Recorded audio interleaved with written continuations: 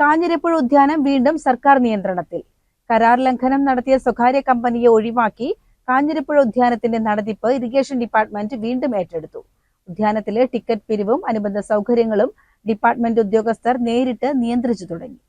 യുവതിയുടെ ജാതി കൃത്യമായി അറിഞ്ഞുകൊണ്ടു തന്നെയാണ് പ്രതി പീഡനം നടത്തിയതെന്നും ഗൗരവകരമായ കുറ്റം ചുമത്തപ്പെട്ട പ്രതി ഒളിവിൽ കഴിയുന്നത് നിയമ നടപടികളെ ബാധിക്കുമെന്നുള്ള പ്രോസിക്യൂഷൻ വാദം കോടതി പൂർണ്ണമായും അംഗീകരിച്ചു. പബ്ലിക് പ്രോസിക്യൂട്ടർ രാജീവ് നടക്കാവിൽ പ്രോസിക്യൂഷന് വേണ്ടി കോടതിയിൽ ഹാജരായി. ഇതിൽ ജാമ്യാപേക്ഷയെ ബന്ധപ്പെട്ടുകൊണ്ട് കോടതിയിൽ പ്രതിഭാഗവും അതുപോലെ തന്നെ പ്രോസിക്യൂഷൻ ഭാഗവും ആർഗ്യുമെന്റ് കഴിഞ്ഞിരുന്നു. അത് കോടതിയുടെ ഈ ജഡ്ജ്മെന്റ് ജാമ്യാപേക്ഷ നിരസിച്ചുകൊണ്ടുള്ള കോടതിയുടെ ഉത്തരവിൽ പ്രധാനമായിട്ടും പറഞ്ഞിട്ടുള്ളത് ഇതിലെ 64-ാം വകുപ്പ് റേപ്പുമായി ബന്ധപ്പെട്ടുകൊണ്ടുള്ള കാര്യങ്ങൾ അത് കൺസെന്റോട് കൂടിയാണോ അല്ലേ എന്നുള്ള കാര്യങ്ങളിലേക്കൊന്നും കോടതി അതിനെ സംബന്ധിച്ചൊന്നും പറഞ്ഞിട്ടില്ല.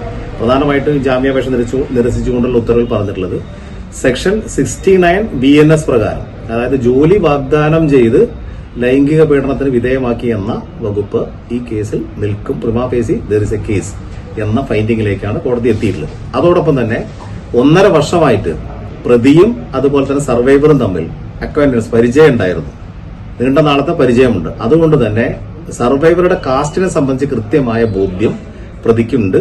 അതുകൊണ്ട് ഇവിടെ 69 എന്ന BNS 69 എന്ന ഒഫൻസ് നിൽക്കുന്നതോടൊപ്പം തന്നെ 325 എന്ന SC/ST ആക്ടിലെ വകുപ്പ് കൂടി നിൽക്കും. SC/ST വകുപ്പ് SC/ST ആക്ടിലെ 325 നിൽക്കുന്നതുകൊണ്ട് തന്നെ അവിടെ സെക്ഷൻ 18 പ്രകാരം ആന്റിസിപ്പേറ്ററി ബെയിലുമായി ബന്ധപ്പെട്ടുകൊണ്ട് പ്രഥമ ദൃഷ്ട്യാ ബാറുണ്ട് മുൻകൂർ ജാമ്യാപേക്ഷ പരിഗണിക്കുന്നത്. അതോടൊപ്പം തന്നെ പ്രതി ഒളിവിലാണ് എന്ന കാര്യം കൂടി കോടതി ഈ വിധിയുടെ ഭാഗമായിട്ട് ഒളിവിൽ നിന്നുകൊണ്ടാണ് ജാമ്യാപേക്ഷ കോടതിയെ സമീപിച്ചിട്ടുള്ളത് എന്നുള്ള കാര്യം കൂടി അതിൽ പരാമർശിച്ചിട്ടുണ്ട്.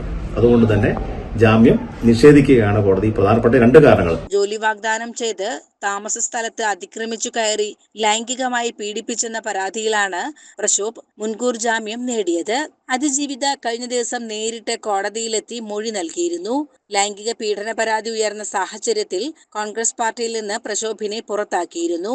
പാലക്കാട് നഗരസഭയിലെ കുന്നത്തൂർമേട് നോർത്ത് വാർഡിലെ കൗൺസിലറാണ് പ്രശോഭ്. CCN മണ്ണാർക്കാട്.